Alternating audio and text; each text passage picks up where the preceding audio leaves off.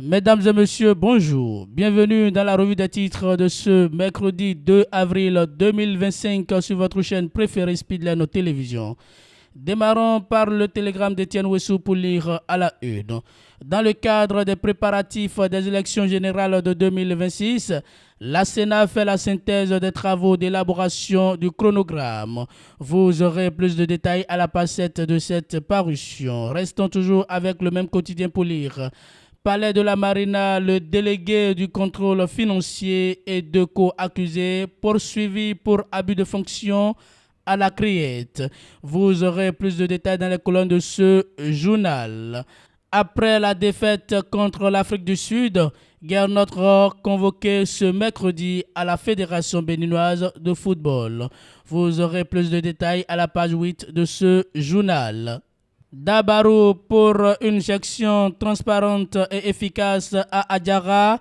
Le conseil communal adopte un organigramme administratif.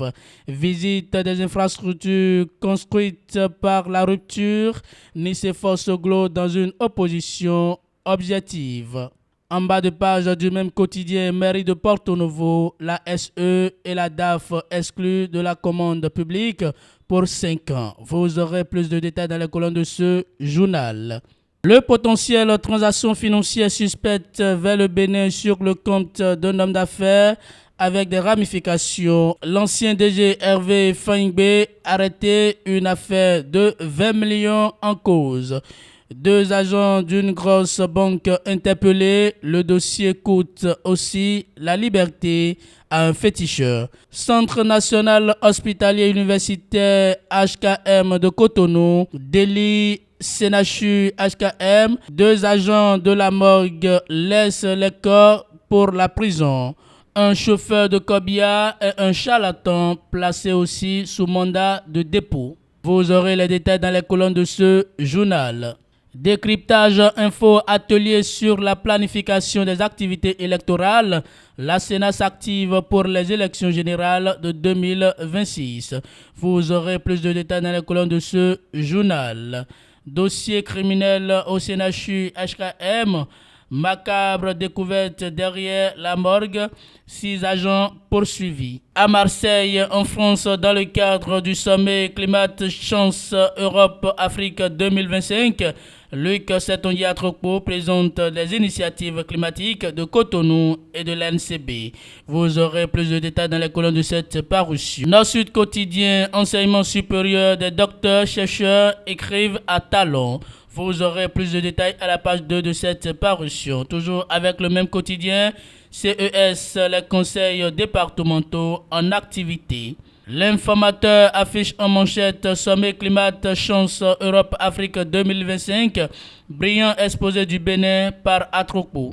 Journée internationale des droits des femmes, les mérites de 8 auteurs engagés, reconnus et célébrés. Journée internationale de la francophonie, l'édition 2025 lancée en différé par Olusegun Adjadi. Les 4 vérités chroniques de Madame Christelle Rundanungbo Alioza, là où le dialogue règne, les cœurs s'ouvrent, les rancœurs s'effacent.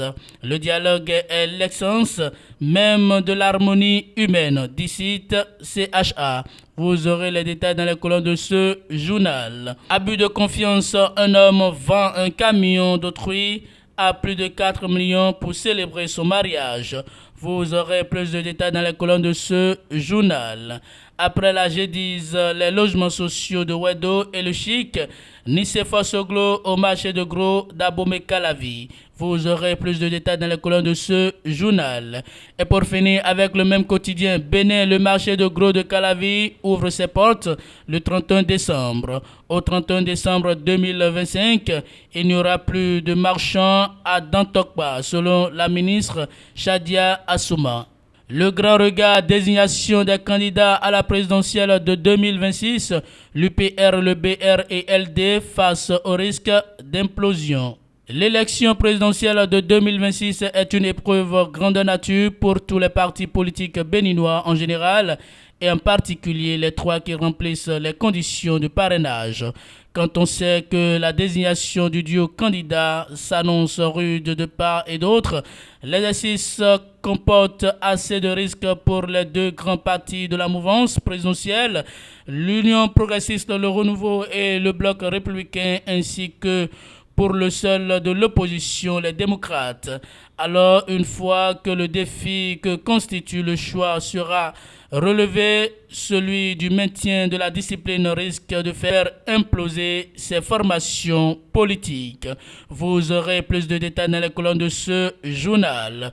Pour les élections générales de 2026, la planification des activités de la Sénat au cœur de l'atelier à Boycon. Deuil dans le monde sportif béninois, le DTN pétanque, Guy Tronou s'est éteint, informe le quotidien. Le paraclet Candide Azanaï, l'éternel insaisissable de la politique béninoise. Vous aurez plus de détails à la page 3 de ce journal. Mairie de Porto Novo, sensibilisation sur la cybercriminalité à l'aide de l'hyperconnexion.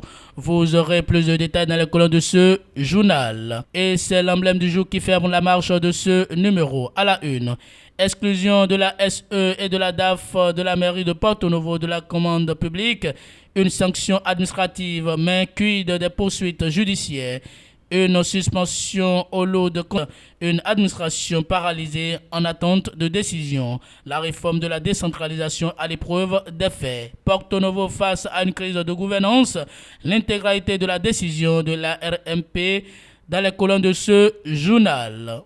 Mesdames et messieurs, c'est tout pour la revue des titres de ce mercredi 2 avril 2025 sur votre chaîne préférée Speedline Télévision.